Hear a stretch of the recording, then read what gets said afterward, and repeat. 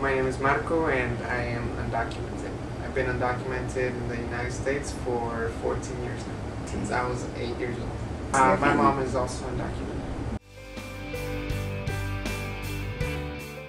There is just a tiny bit of fright, but I think it's important to come out of the shadows and tell my story because I'm not the stereotypical criminal, undocumented immigrant that is pictured in the media, and I'm not a criminal. I've been in this country my entire life.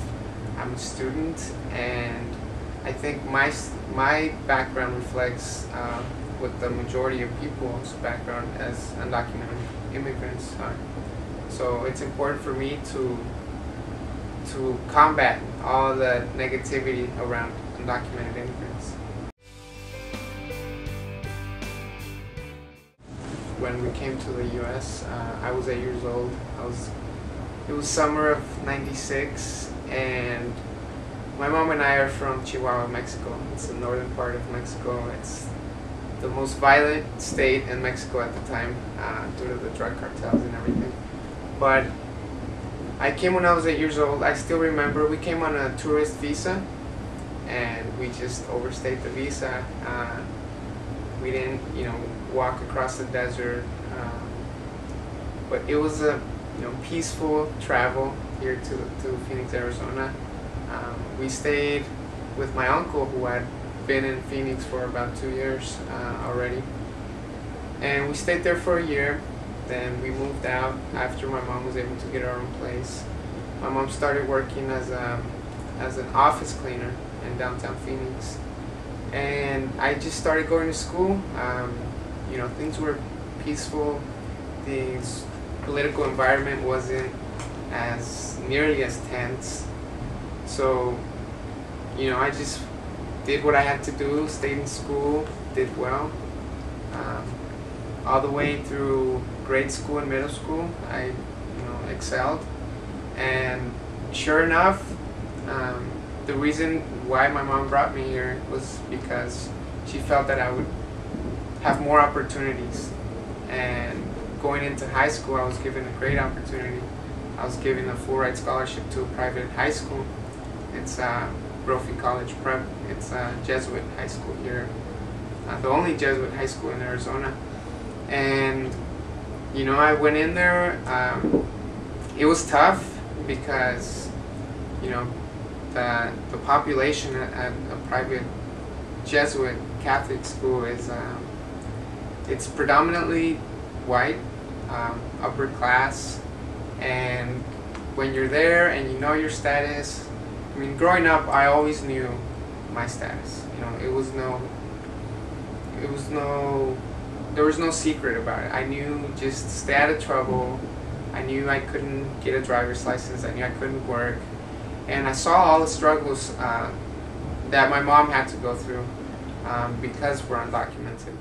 So it was not a secret, and it was kind of a culture shock because I went from an elementary school that was predominantly Mexican students, and there were a lot of undocumented students, to a school where there's nothing but mainly white people. But it was good to be around different environment, and I did well in high school as well, and I graduated as an outstanding student. I was captain of the varsity team. I played soccer there, and one of my goals was go play in college, go out of state, and a lot of my friends were they were able to go out of state, travel the entire U.S. And I just knew that those things were just not within my reach. But even though I couldn't go out of state, I couldn't play soccer in college, I still had opportunities. Even as an undocumented student, I was given a full ride to Arizona State University. Graduating in 2006 were relatively better times for high school students because Proposition 300 was not in place. So I got a full ride scholarship to ASU.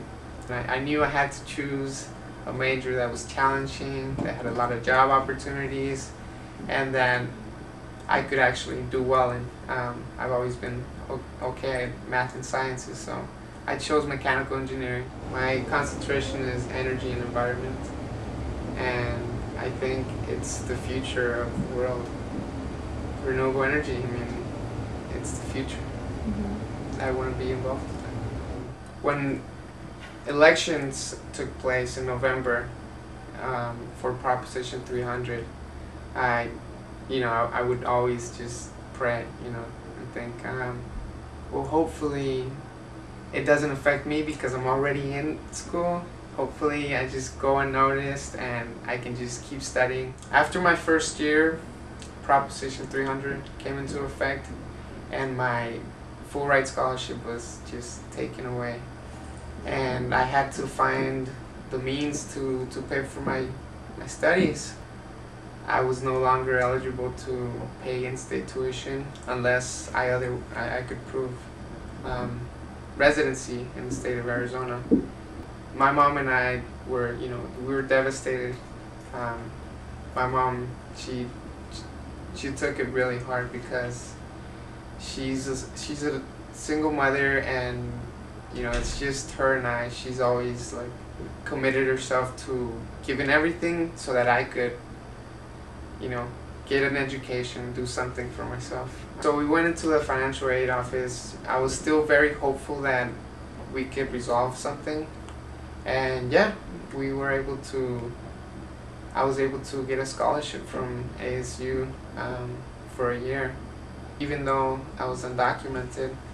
And then after that, their funds they gave out. It's having to pay tuition, out-of-state tuition for students, so many students, it's just not a sustainable scholarship to have.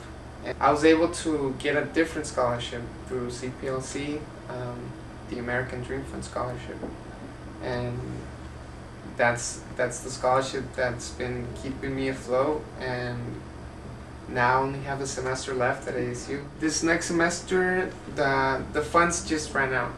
I mean, like I said, it's not a sustainable scholarship fund to keep pouring money into. But I was able to get money from a private donor. So I will be able to finish my studies just one more semester. I've known him since I was in high school. He's kind of a mentor for me. He's a lawyer. He works in downtown Phoenix, and my mom met him while she was cleaning office buildings in downtown Phoenix. He's been very helpful, always helping me out with books and any other things that I may need. He's very humanitarian. He would always treat my mom very differently from other people that worked at the office building. She would always say that he would not give her a demeaning look, and complete opposite. He would say hi and always took the effort to have a conversation with her and just make sure she was doing okay. He's a white Caucasian man. He's a bit on the older side. Hope he doesn't see this. But he's just great. His whole family is, they're awesome people, and they know that we're not criminals and we're here to do good things.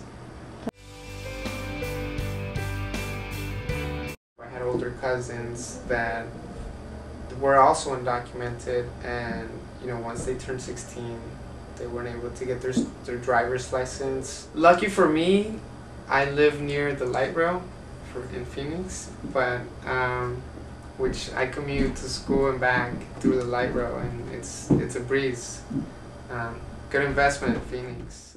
Driving would be the most irritating thing, because when you could get pulled over and your entire future could be changed, it's a heavy load to carry on your back.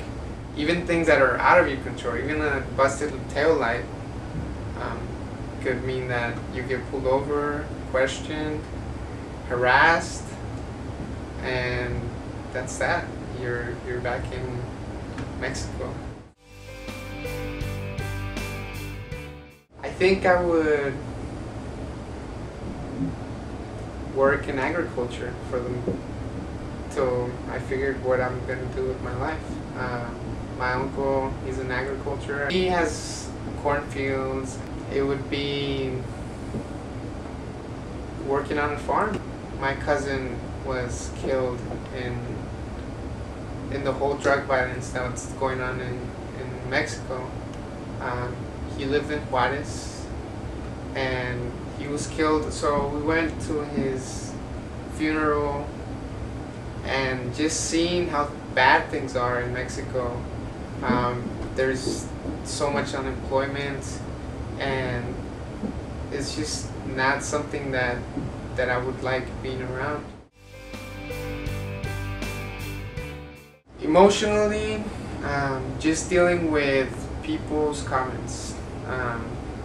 You know, sometimes you're in a room and people don't know about your situation. Myths about undocumented people that get thrown around, and people just don't learn to get over these myths. The youth are all drug dealers and they're all gangbangers, and for me it's like a slap in the face because I know it's not true.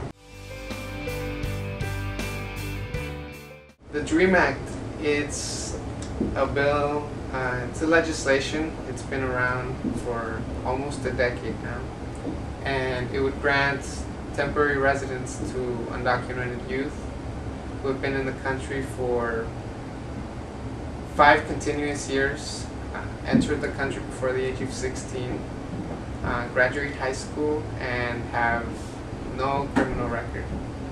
It would open a pathway to citizenship eventually. As undocumented youth, there is no pathway to legalize most of the times. So it's a legislation that promotes higher education and military service. That's another option that gives a pathway to citizenship. You have youth that have been in the country since they were toddlers even, and their entire education has been paid for, and yet once they graduate high school they can't do anything with it. They can't work. So it's finishing an investment, but also solving part of the immigration issue. I mean, we have, I think, 11 million people now that are undocumented. So it's finding a solution to part of the problem. Good things are coming. I know that either the DREAM Act or comprehensive immigration reform is going to give me the opportunity to eventually be a mechanical engineer in the United States.